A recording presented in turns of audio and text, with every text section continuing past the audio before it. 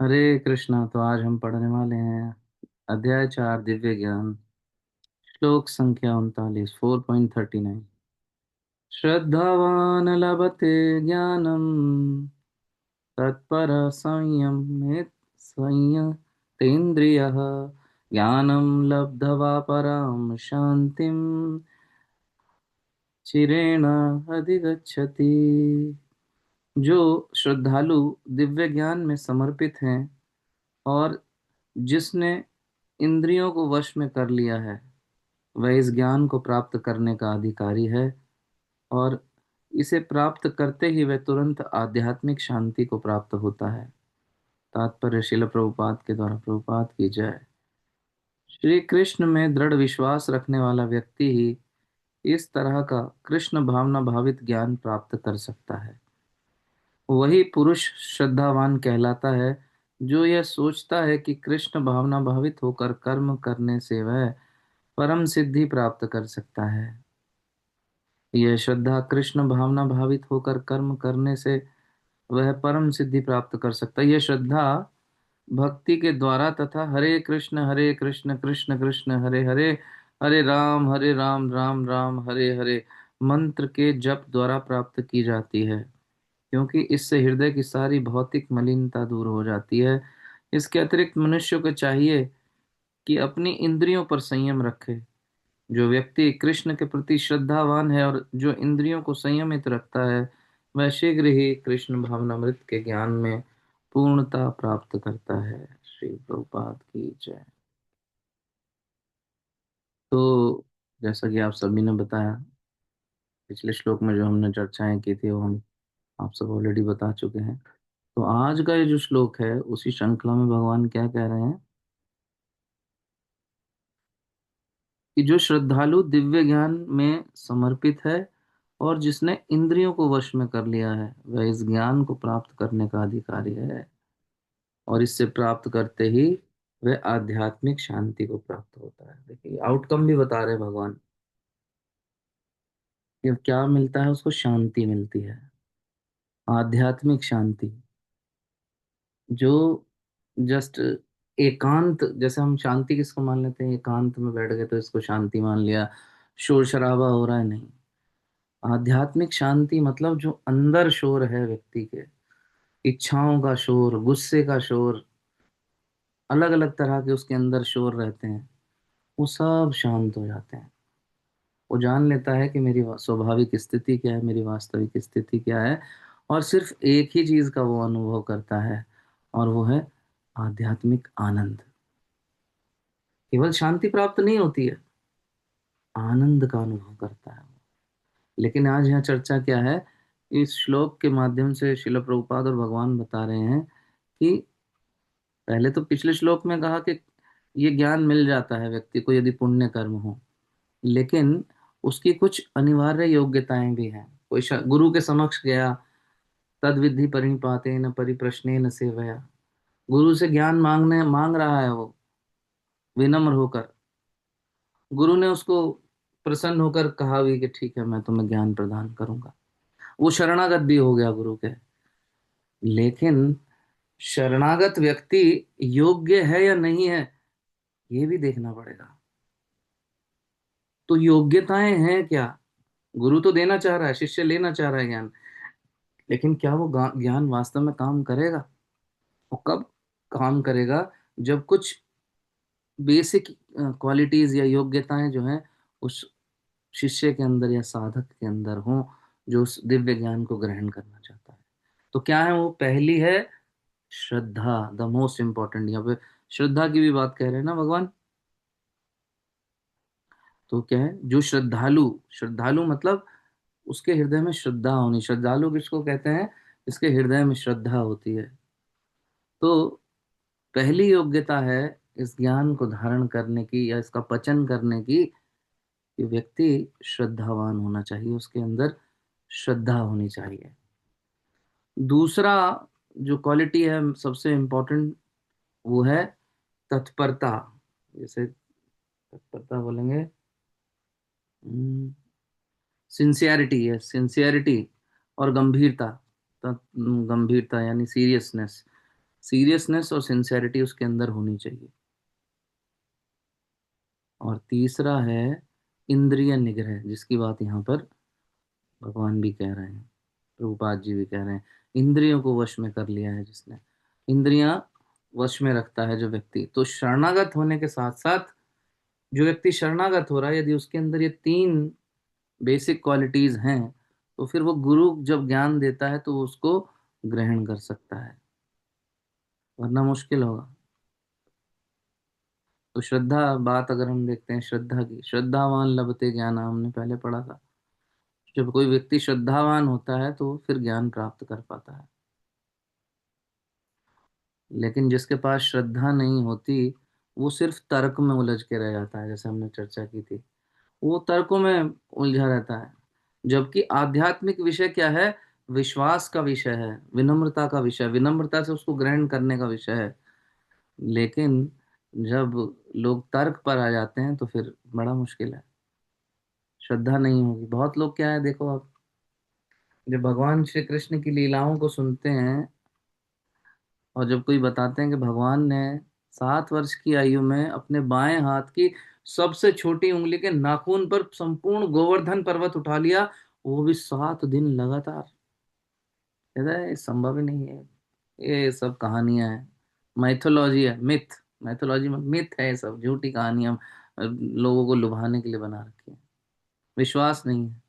लेकिन वही लोग, जब उनको बताया जाता है कि भगवान श्री कृष्ण ने घाट पर जाकर गोपियों के कपड़े चुरा लिए, तो एकदम विश्वास कर लेते हैं, उन्हें कोई वहां डाउट नहीं रहता, वहां सिर्फ तर्क करते हैं कि आपके तो भगवान ऐसे हैं, आप मतलब उन्हें वहां कोई डाउट नहीं, वो पूरी तरह वहां सहमति ले लेते हैं। लेकिन जो काम की बात है वो उसको स्वीकार नहीं करते हैं, भगवान की दिव्य वाणी को स्वीकार नहीं करते, अरे ये तो सब मैथोलॉजी, किसी ने लिख दी भगवत गीता ऐसे ही। तो सबसे पहली चीज है श्रद्धा, गुरु के वचनों में श्रद्धा, भगवान के वचनों में श्रद्धा, और इस बात में श्रद्धा, Krishna is the supreme personality of godhead, भगवान जो है वो परम पुरुष है, सर्व कारण कारणम, ईश्वर परम कृष्ण सच्चिदानंद विग्रह, अनादिरादिर गोविंदे सर्व कारण कारणम।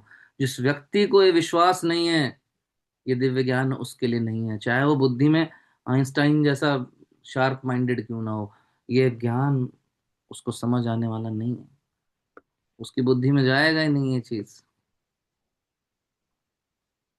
तो श्रद्धा बहुत महत्वपूर्ण है। कभी कभी लोग कहते हैं अरे आप लोग तो अंधविश्वास करते हैं, लेकिन श्रद्धा और अंधविश्वास में फर्क होता है। ऐसा नहीं है कि अंधविश्वास है ऐसी चीज पर विश्वास करना जिसके पीछे कोई प्रमाण ही नहीं है। लेकिन अगर हम देखें तो हमारा श्रीमद् भागवतम जो है वो भगवान श्री कृष्ण की जो दिव्यता है, उनकी भगवत्ता है, उसको पूरा एक्सप्लेन करता है। इनफैक्ट इंद्र की स्तुतियां, ब्रह्मा जी की स्तुतियां, ये सब भरी पड़ी हैं। तो ये अंधविश्वास नहीं है, भगवान की वाणी में विश्वास करना चाहिए, हमें श्रद्धा रखनी होगी। जो हमारे शास्त्र हैं उनमें हमें श्रद्धा रखनी होगी। और ये श्रद्धा विकसित कभी कभी अपने आप नहीं होती, तो ये क्या करना है, श्रद्धा बढ़ानी चाहिए भक्त को। जो शरणागत हो गया, गुरु की शरण में गया है और पर श्रद्धा की कमी है, तो उसे क्या करना चाहिए, किन तरीकों से वो श्रद्धा बढ़ा सकता है? वो भक्तों के संग में रहकर अपनी श्रद्धा बढ़ा सकता है। ऐसे भक्त जिनकी ऑलरेडी श्रद्धा है उनके साथ में रहकर नाम जप के द्वारा श्रद्धा बढ़ा सकता है, सेवा के द्वारा वो अपनी श्रद्धा बढ़ा सकता है। अर्जुन की श्रद्धा, अर्जुन पहले कृष्ण को मित्र समझ रहे थे, लेकिन श्रवण किया धैर्य पूर्वक तो फिर उनकी श्रद्धा हो गई। श्रद्धावान लभते ज्ञानम। तो श्रद्धा रहेगी तो रिजल्ट मिलेगा। परीक्षित महाराज को श्राप मिला कि तुम्हें जो है तक्षक नाग के काटने से 7 दिन बाद मृत्यु हो जाएगी। उन्होंने अपने गुरुजन से पूछा कि क्या करूं, मेरे पास सिर्फ 7 दिन का समय है। गुरुजनों ने कहा आप श्रीमद् भागवतम सुनिए, भगवान के चरित्र का गुणगान सुनिए, ये सबसे अच्छा यूटिलाइजेशन होगा आपके इन 7 दिन का। उन्होंने सब कुछ राजपाट त्याग कर, भूख प्यास त्याग कर सुखदेव गोस्वामी जी की शरण में गए गंगा के तट पर। और सुखदेव गोस्वामी ने 7 दिन एक क्षण भी व्यर्थ नहीं किया, भोजन ये भी नहीं, ना सोए, ना कुछ खाया, ना कुछ पिया। वो कह रहे थे सुखदेव गोस्वामी से, प्लीज डोंट वेस्ट टाइम, मेरे पास सिर्फ 7 दिन है। इतनी स्ट्रांग श्रद्धा अपने गुरु के वचन में कि भागवतम सुनो तुम्हारा कल्याण हो जाएगा। और उन्होंने पूर्ण श्रद्धा के साथ, पूर्ण निष्ठा के साथ श्रीमद् भागवतम को सुना। और फिर आपको पता ही है क्या हुआ परीक्षित महाराज का, भगवत धाम उन्होंने प्राप्त कर लिए। विद इन जस्ट 7 डेज, 7 दिन में वो चीज प्राप्त कर लिया। दूसरा पॉइंट हमने आपको कहा तत्परता, निरंतर। आधे मन से हम स्वीकार करते हैं, कुछ मतलब की चीज स्वीकार कर ली दिव्य ज्ञान से, और आधी छोड़ दी। नहीं नहीं, वो सब फिर गड़बड़ है।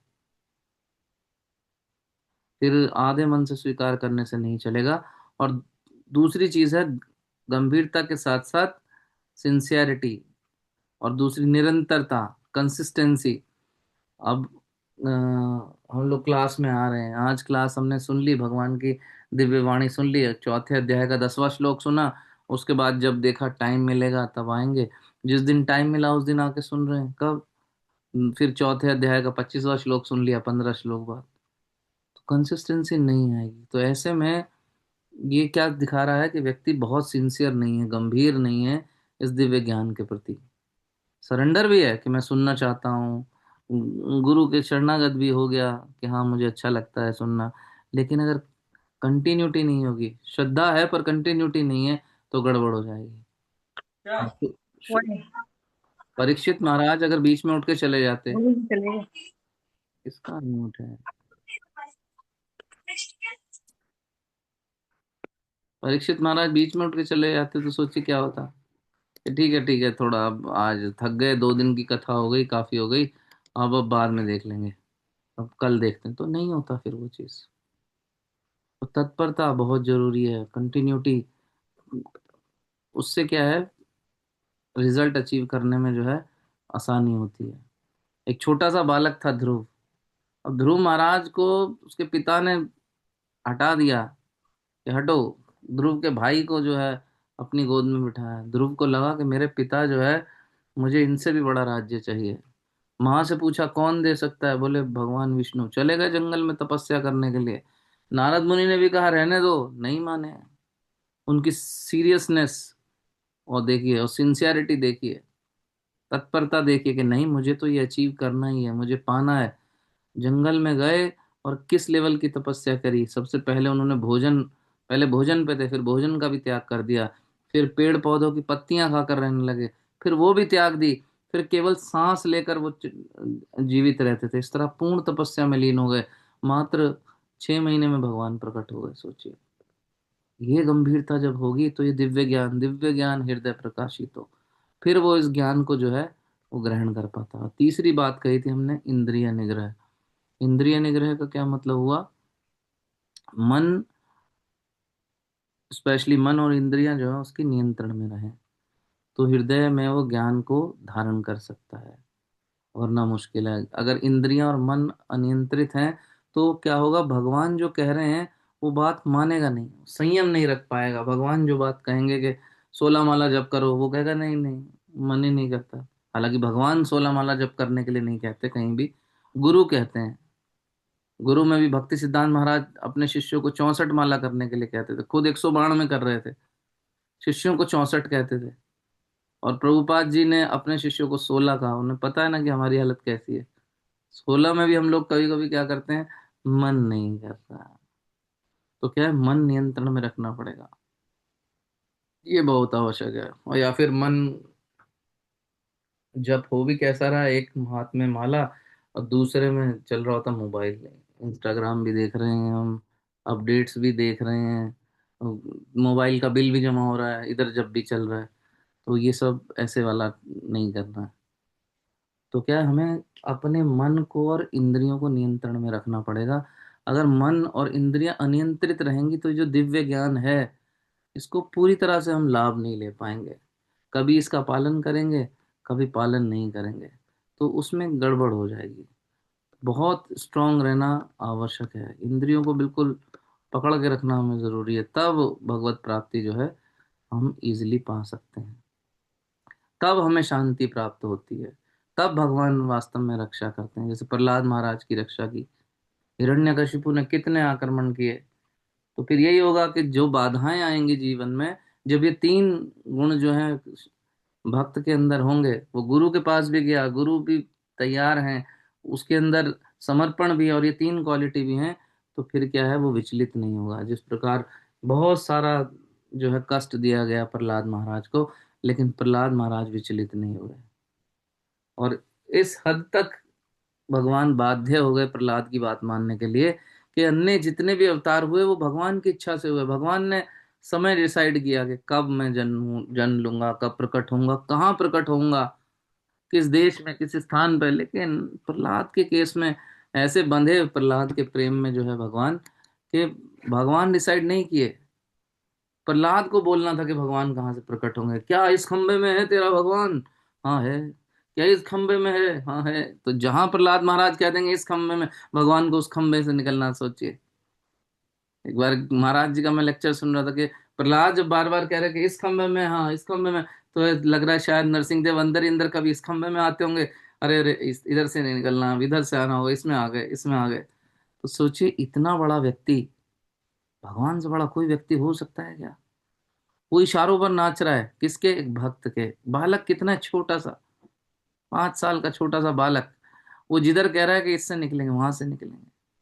क्यों? क्योंकि उसकी श्रद्धा, उसकी दृढ़ थी, उसकी तत्परता बहुत स्ट्रांग थी, वो गंभीरता उसकी बहुत स्ट्रांग थी।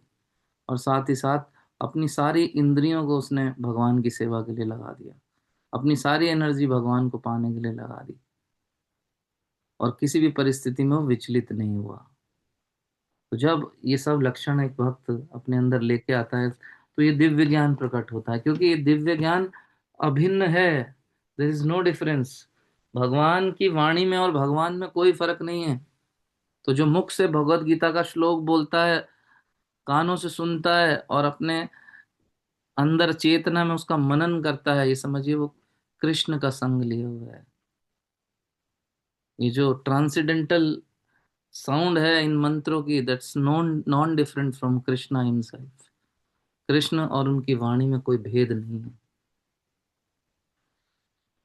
तो ये सब लक्षण हैं। जब ये लक्षण होते हैं किसी जीव में, किसी व्यक्ति में, तो वो ईश्वर को प्राप्त कर लेता है, शांति को प्राप्त करता है, आध्यात्मिक शांति को, भगवान की सेवा को प्राप्त करता है, भगवान के धाम को प्राप्त करता है, शरीर में रहते हुए भी प्रसन्न रहता है और शरीर का त्याग करने के बाद भी। हरे कृष्णा कृष्णा कृष्णा हरे हरे, हरे राम राम राम हरे हरे। भगवद गीता यथारूप की जय। शील प्रभुपाद की जय।